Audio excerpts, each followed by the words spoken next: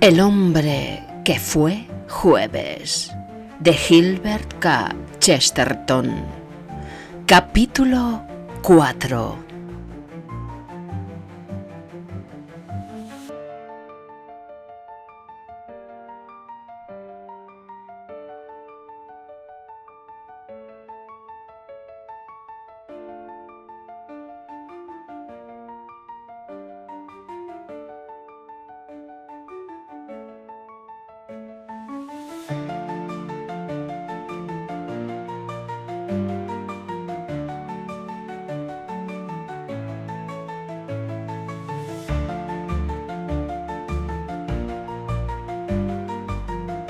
La historia de un detective.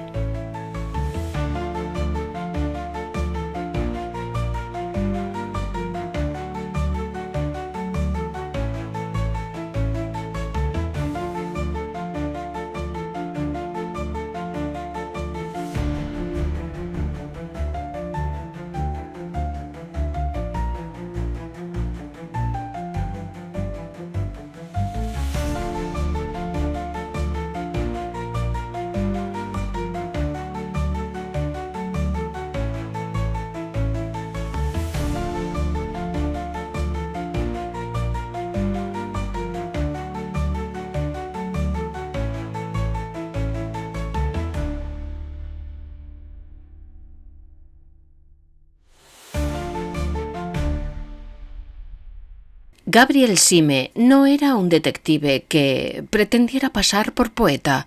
Era realmente un poeta que se había hecho detective. Su odio a la anarquía no era fingido. Era Sime uno de esos hombres a quienes la aterradora locura de las revoluciones empuja desde edad temprana a un conservatismo excesivo. Este sentimiento no provenía de ninguna tradición. Su amor a la respetabilidad era espontáneo y se había manifestado de pronto como una rebelión contra la rebelión. Procedía de una familia de extravagantes, cuyos más antiguos miembros habían participado siempre de las opiniones más nuevas. Uno de sus tíos acostumbraba a salir a la calle sin sombrero. El otro había fracasado en el intento de no llevar más que un sombrero por único vestido. Su padre cultivaba las artes y la realización de su propio yo. Su madre estaba por la higiene y la vida simple, de modo que el niño durante sus tiernos años no conoció otras bebidas más que los extremos del ajenjo y el cacao, por los cuales experimentaba la más saludable repugnancia. Cuando se obstinaba su madre en predicar la abstinencia puritana, tanto se empeñaba su padre en entregarse a las licencias paganas, y cuando aquella dio en el vegetarianismo, éste estaba ya a punto de defender el canibalismo. Rodeado desde la infancia por todas las formas de revolución, Gabriel no podía menos que revolucionar en nombre de algo, y tuvo que hacerlo en nombre de lo único que quedaba: la cordura. Pero no podía negar su sangre de fanático en el exceso de convicción bastante ostensible con que defendía el sentido común.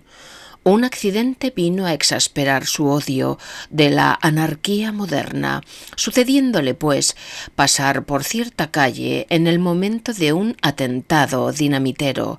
Por unos segundos se quedó ciego y sordo, y al recobrarse pudo ver, disipado el humo, vidrios rotos y caras ensangrentadas. Después continuó, como de costumbre, tranquilo en apariencia, cortés, amable, pero ya había una lesión oculta en su mente. No veía en los anarquistas, como ve la mayoría, un puñado de locos que combinan el intelectualismo con la ignorancia, sino que los consideraba como un inmenso peligro, como una especie de invasión china.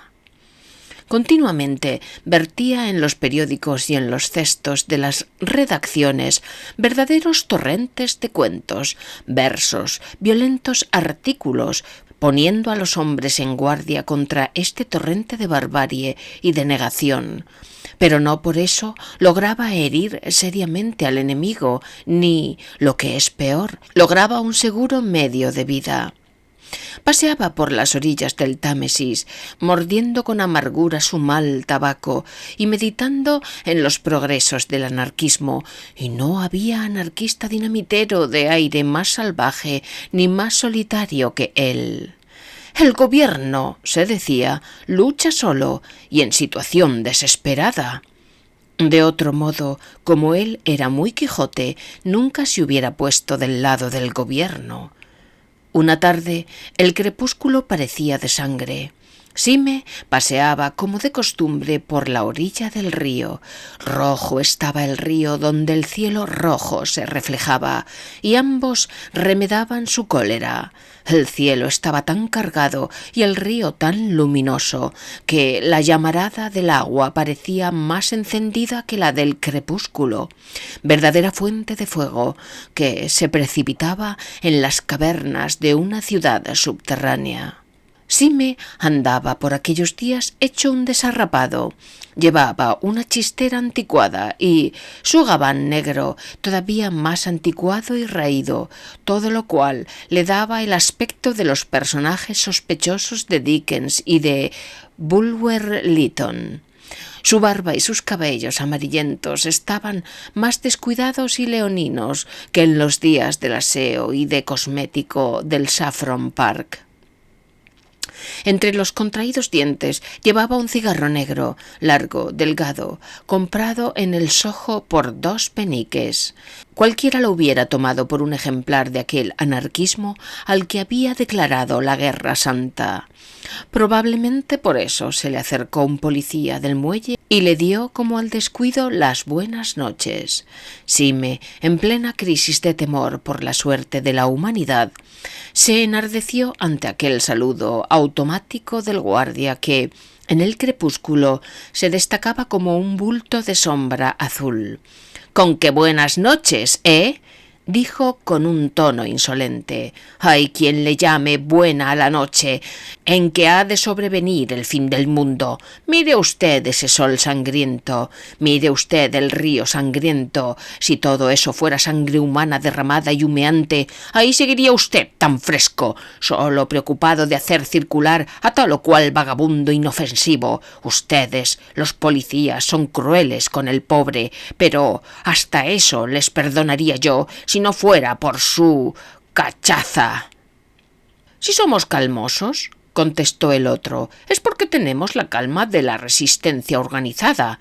«¿Dice usted?», preguntó Sime interesado. «El soldado debe permanecer tranquilo entre el tumulto de la batalla. La serenidad de los ejércitos está hecha con la furia de las naciones». «Por Dios», exclamó Sime, «teorías de la escuela. ¿Y eso es lo que llaman educación laica?»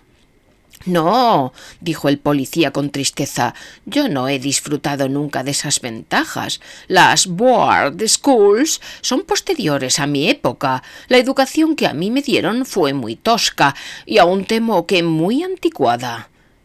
«Pues, ¿dónde recibió usted su educación?», preguntó Sime intrigado. «¿Yo? En Harrow», dijo el guardia. Las simpatías de clase que, por falsas que sean, son para algunos lo más sincero, estallaron en el corazón de Sime, sin que éste pudiera contenerlas. «Pero, hombre de Dios, usted no debería estar en la policía». Y el guardia, suspirando y moviendo la cabeza, «Lo sé», exclamó solemnemente, «demasiado sé que soy indigno. Pero ¿por qué entró usted en la policía?», preguntó Sime indiscretamente. «Más o menos por la misma razón que usted tiene para calumniar a la policía», replicó el otro, «porque comprendí que en este servicio hay ciertas oportunidades para aquellos cuyos intereses por la humanidad afectan más bien a las aberraciones del intelecto científico que no al estado anormal. Y aunque excesivo, excusable, de la voluntad humana, creo que hablo claro». «Si quiere usted decir que habla para sí mismo», dijo Sime, «es posible, pero si quiere decir usted que se explica, no hay tal. No, señor, ¿qué filosofías son estas en un hombre que lleva el casco azul aquí, en los muelles del Támesis?» Ya sé que no ha oído usted hablar de los últimos desarrollos de nuestro sistema policíaco, contestó el otro, y no me extraña, como que procuramos ocultarlos a las clases cultas, que es donde tenemos más enemigos, pero me parece que a usted no le faltan disposiciones. Yo creo que usted podría ser de los nuestros. ¿En qué sentido?, interrogó Sime. Se lo diré a usted, comenzó el policía con lentitud. He aquí la cuestión. El jefe de nuestras secciones, uno de los más celebrados detectives de Europa, sostiene que tiempo atrás la tesis de que nuestra civilización está amenazada por una conspiración de orden puramente intelectual está convencido de que el mundo científico y el mundo artístico traman sordamente una cruzada contra la familia y el Estado. En consecuencia, ha organizado un cuerpo especial de policías que son al mismo tiempo filósofos. La misión de estos es observar el fermento naciente de la conspiración para combatirla, no sólo en el sentido penal, sino en el terreno de la controversia. Yo, que soy demócrata, sé bien lo que vale el hombre ordinario en materia de valor o virtud ordinarios, pero reconozco que sería inconveniente emplear policías ordinarios para una investigación que es como una caza a la herejía. Los ojos de Sime brillaban de entusiasmo y curiosidad. «¿Y entonces?», dijo, «¿usted qué es?». «¿Qué? Desempeño el oficio de policía filosófico», dijo el de uniforme azul. «El oficio es a la vez más atrevido y más sutil que el de un detective vulgar. Este tiene que ir a las tabernas sospechosas para arrestar ladrones. Nosotros vamos a los test artísticos para descubrir pesimistas. El detective vulgar, hojeando un libro mayor o un diario, adivina un crimen pasado. Nosotros, hojeando un libro de sonetos, adivinamos un crimen futuro.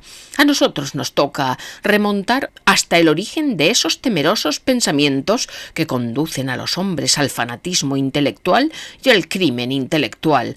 Si llegamos a tiempo para evitar el asesinato de Hartlepool, se debe a que uno de los nuestros, un tal Wilkes, un muchacho muy listo, logró comprender plenamente el sentido de un tresillo musical. ¿Cree usted realmente, preguntó Sime, que haya una relación tan estrecha entre el crimen y el intelecto moderno? Usted no es un demócrata muy convencido, contestó el policía, pero tenía usted razón hace un rato al decir que solíamos tratar a los criminales pobres con la mayor brutalidad. Le confieso a usted que algunas veces me canso de este oficio, considerando que las más de las veces se reduce a hacer la guerra a los ignorantes o a los desesperados. Por fortuna, el nuevo rumbo que ha tomado la policía es cosa muy distinta. Nosotros negamos esa afirmación de los snobs ingleses, según la cual los iletrados son los criminales más peligrosos. Recordamos el caso de los emperadores romanos, recordamos a los grandes príncipes envenenadores del Renacimiento, afirmamos que el criminal peligroso es el criminal culto, que hoy por hoy el más peligroso de los criminales es el filósofo moderno que ha roto con todas las leyes. En comparación con él, los ladrones y los bígamos casi resultan de una perfecta moralidad, y mi corazón está con ellos, por lo menos aceptan el ideal humano fundamental, si bien lo procuran por caminos equivocados. Los ladrones creen en la propiedad, y si procuran apropiársela solo es por el excesivo amor que les inspira, pero al filósofo la idea misma de la propiedad le disgusta y quisiera destruir hasta la idea de posesión personal. Los bígamos creen en el matrimonio. De otro modo, no se someterían a la formalidad solemne y ritual de la bigamia, pero el filósofo desprecia el matrimonio. Los asesinos respetan la vida humana, sino que desean alcanzar una plenitud de vida propia a expensas de las vidas que consideran inferiores a la suya, pero el filósofo odia la vida, ya en sí mismo o en sus semejantes. Sime dio una palmada de entusiasmo. «¡Cuán cierto es eso!», exclamó. Desde mi infancia he sentido así, pero nunca había logrado formularlo en una síntesis verbal. El criminal común es un mal hombre, pero en todo caso puede asegurarse que es un hombre bueno condicional. Con solo destruir un obstáculo, por ejemplo, un tío rico está dispuesto a aceptar el universo y a dar gracias a Dios.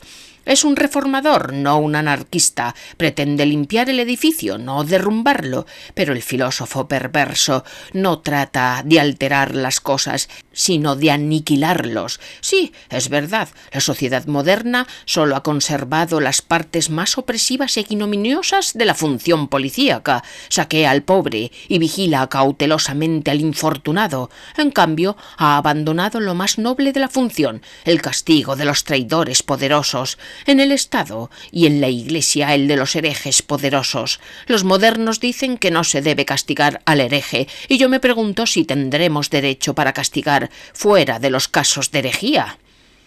«Pero esto es absurdo», exclamó el policía, dando a su vez una palmada con una excitación poco común en personas de su oficio y su corpulencia. «Pero esto es intolerable. Yo no sé a qué se dedicará usted, pero sí sé decirle que está usted desperdiciando su vida. Usted debe unirse, usted va a unirse a nuestro ejército contra la anarquía. Los ejércitos de la anarquía están a las puertas, no tardarán en intentar un golpe. Un instante más y habrá usted perdido la gloria de trabajar con nosotros y tal vez la gloria de morir al lado de los últimos héroes». «En efecto», asintió Sime, «no es cosa de desperdiciar semejante ocasión, pero creo que aún no he entendido bien. Yo me doy cuenta, como cualquiera, de que el mundo moderno está lleno de pequeños engendros de la anarquía y de multitud de pequeñas tendencias extraviadas, pero, por repugnantes que sean, tienen generalmente el mérito de estar en desacuerdo entre sí. ¿Qué quiere usted decir al hablar de sus ejércitos y del golpe que preparan? ¿Qué anarquía puede ser esta?» «No la confunda usted», dijo el guardia, «con esas casuales explosiones de dinamita que acaecen en Rusia o en Irlanda y que son siempre actos de gente oprimida, aunque equivocada. Yo me refiero a un vasto movimiento filosófico en el que hay un círculo extremo y un círculo interno. El círculo extremo podemos decir que es el elemento laico y el interno el elemento sacerdotal, pero prefiero llamar al círculo externo la sección inocente y al interno la sección criminal. El círculo externo, el más numeroso, está constituido por simples anarquistas, es decir, hombres que creen que las reglas y las fórmulas han acabado con la humana felicidad. Así, están convencidos de que los siniestros efectos del crimen son el resultado natural del sistema que le ha dado el nombre de crimen. No creen que el crimen engendra el castigo, sino que el castigo engendra el crimen.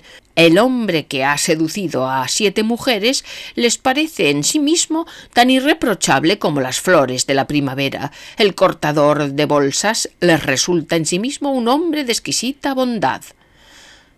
A estos, pues, les llamo yo la sección de los inocentes. «Oh», murmuró Sime, «esta gente naturalmente está siempre anunciando una futura era de la bienaventuranza, un paraíso por venir, la liberación de las cadenas de la virtud y el vicio, y otras cosas por el estilo. Y también hablan así los del círculo interno, los del sacerdocio sagrado. También hablan ante las arrebatadas multitudes de la felicidad futura y de la liberación de los hombres, solo que en boca de estos, esas halagüeñas palabras tienen un sentido espantoso, porque estos no se hacen ilusiones, son demasiado intelectuales para creer que el hombre se verá alguna vez libre en este mundo del pecado original y de la necesidad de la lucha. Cuando hablan así se refieren a la muerte. Cuando auguran la liberación final de la humanidad, quieren significar con esto el suicidio futuro de la humanidad.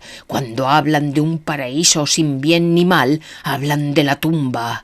Solo 2 fines se proponen. Primero, destruir a la humanidad y después destruirse a sí mismos.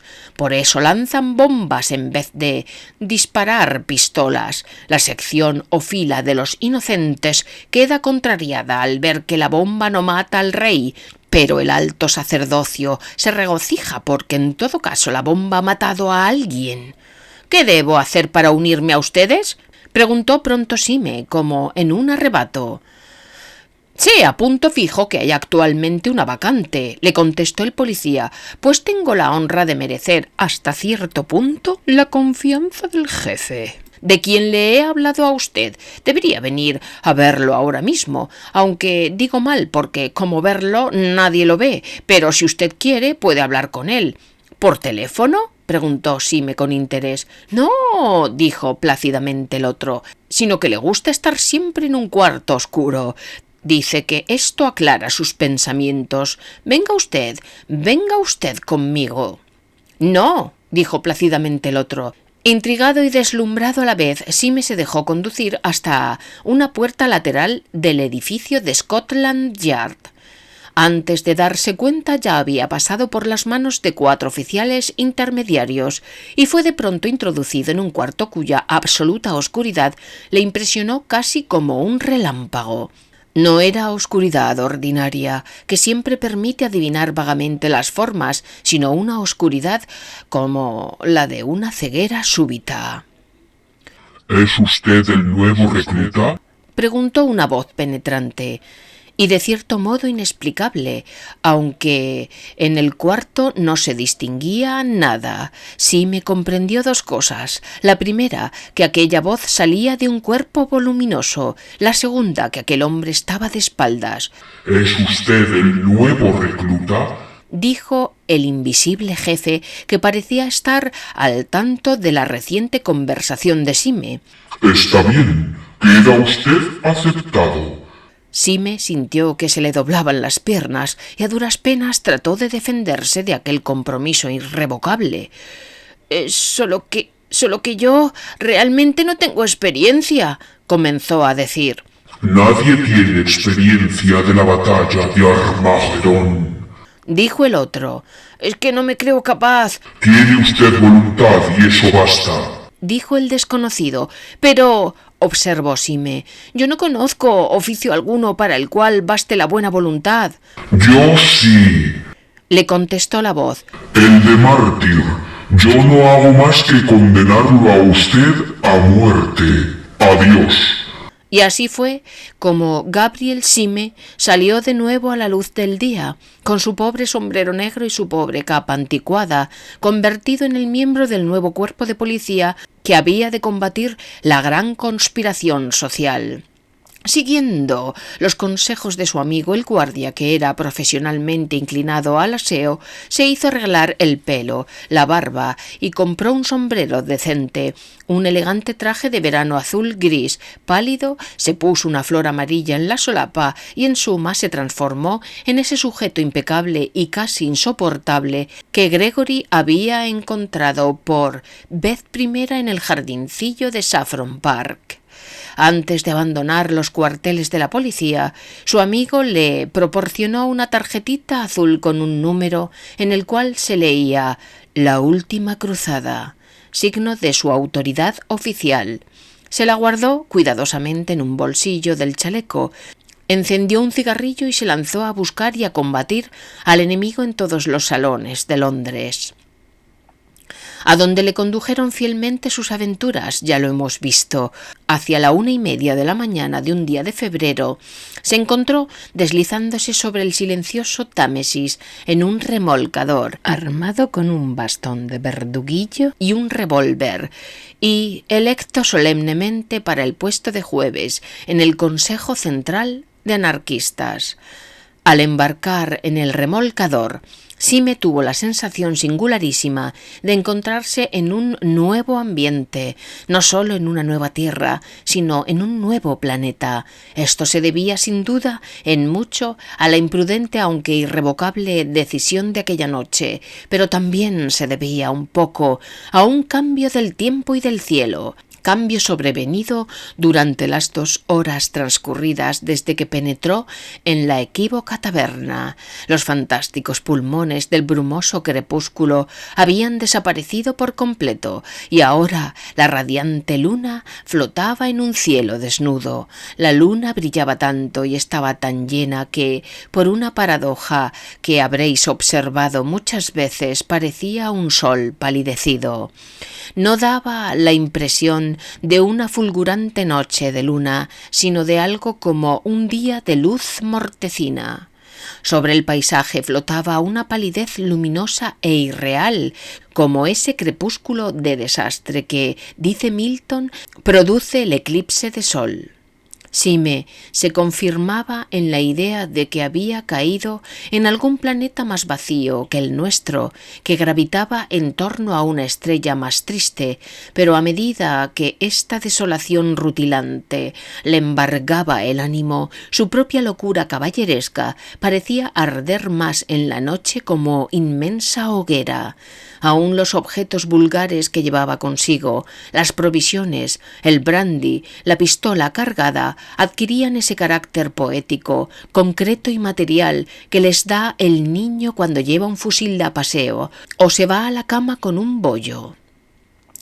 El bastón con alma de acero y el frasco de brandy, aunque por sí mismos no eran más que utensilios de la perversa conspiración, vinieron a ser como la expresión de su generosa aventura.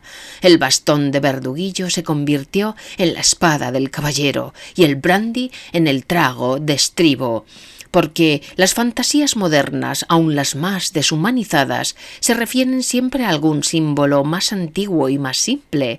La aventura podría ser loca, pero el aventurero debe ser cuerdo. El dragón sin San Jorge no sería ni siquiera grotesco. Así, aquel escenario inhumano solo era fantástico por la presencia de un ser humano. Para la mente exaltada de Sime, las casas blanquecinas y frías y las terrazas de la margen del Támesis parecían tan deshabitadas como las montañas de la luna, pero la misma luna solo es poética por el hombre que hay en la luna. 2 hombres manejaban la embarcación. A pesar de sus muchos esfuerzos, la embarcación iba con cierta lentitud. El claro de luna que había brillado sobre Chiswick se había extinguido ya al pasar por Battersea y al llegar a la enorme mole de Westminster. El día comenzaba a romper. Y rompió al fin como en un estallido de rayos de plomo que descubren vivos de plata, y éstos estaban al rojo blanco cuando el barco, torciendo el rumbo, viró hacia una ancha escalinata de desembarque que está más allá de Charing Cross. Las grandes piedras del muelle aparecieron a los ojos de Sime, oscuras y gigantescas, negras y enormes, se destacaban sobre el grandioso albor del cielo. Sime sintió como si desembarcara sobre la gradería colosal de un palacio egipcio. La idea no era inoportuna. No iba Sime a atacar a los sólidos tronos de unos herejes y abominables monarcas. Saltó del bote a una grada resbalosa y permaneció un instante inmóvil, sombra oscura y delgada entre aquel vasto amontonamiento de piedras. Los 2 bateleros se alejaron con el bote y volvieron contra la corriente. No habían pronunciado una sola palabra.